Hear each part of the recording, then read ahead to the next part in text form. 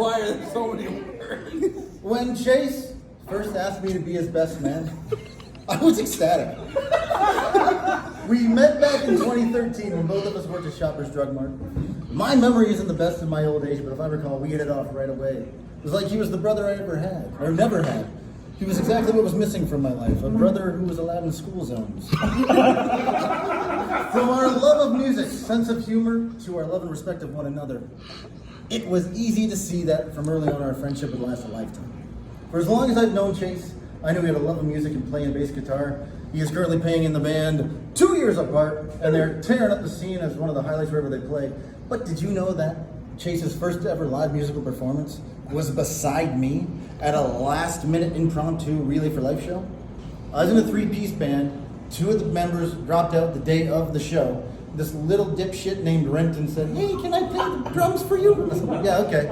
And then Chase came up, and he was joking, and he said, "Dude, I can play bass." And I was like, "Yeah, sure, let's go get it." So I think he was shocked by that. We went and got his guitar. We didn't practice more than one song before we got on stage. You would not believe how fucking terrible we were. We called ourselves the Beatless, and you can find it on YouTube, but please don't. Just from that one long night and the energy Chase brought to playing his show, he had no intention of doing when he woke up that morning. Our musical juices came together, and eventually he joined the band, making us one of the very few with two bass players. Chase and I became pretty inseparable from there on out. It was like we were dating. I'd go to my group of friends and be nervous to bring him up because I get all flustered and gush about him.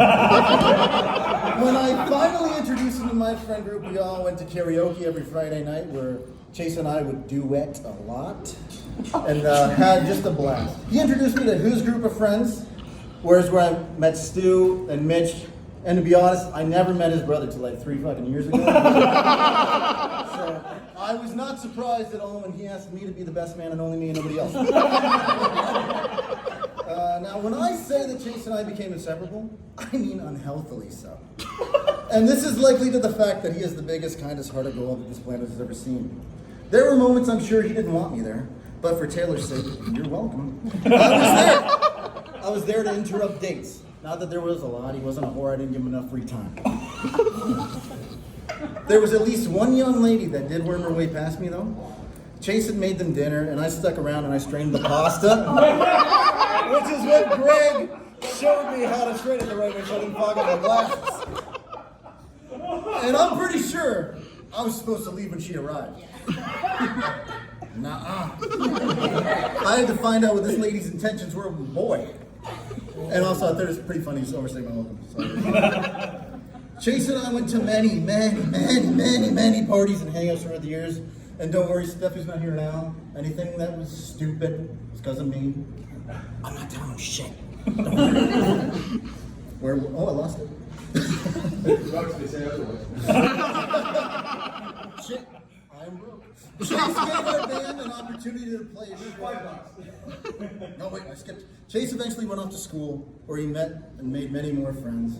But there I was, still at the top, in constant communication with each other for any life event that would happen to us, which is why I'm the best man. Chase gave our band an opportunity to play a show at the school he was attending. That particular day was the day I met Taylor.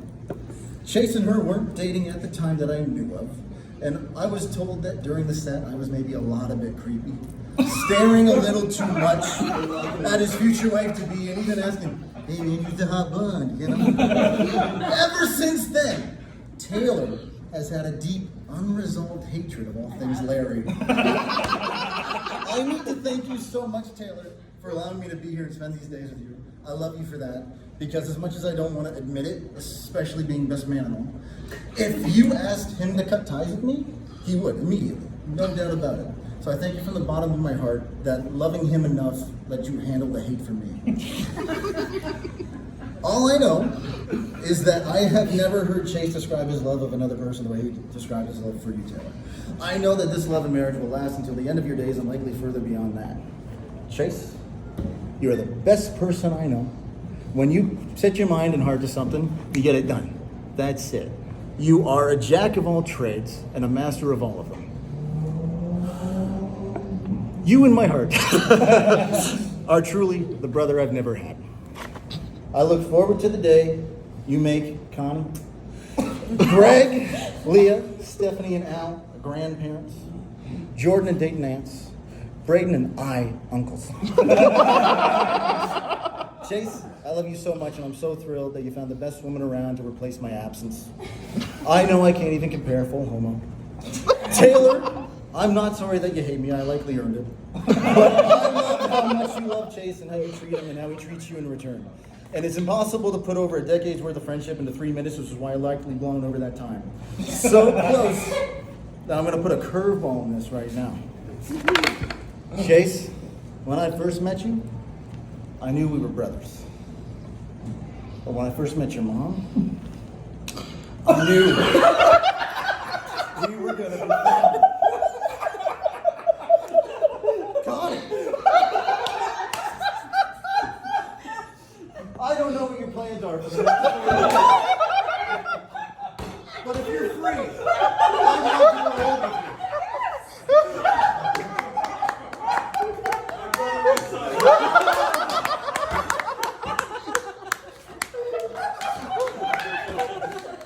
Congratulations.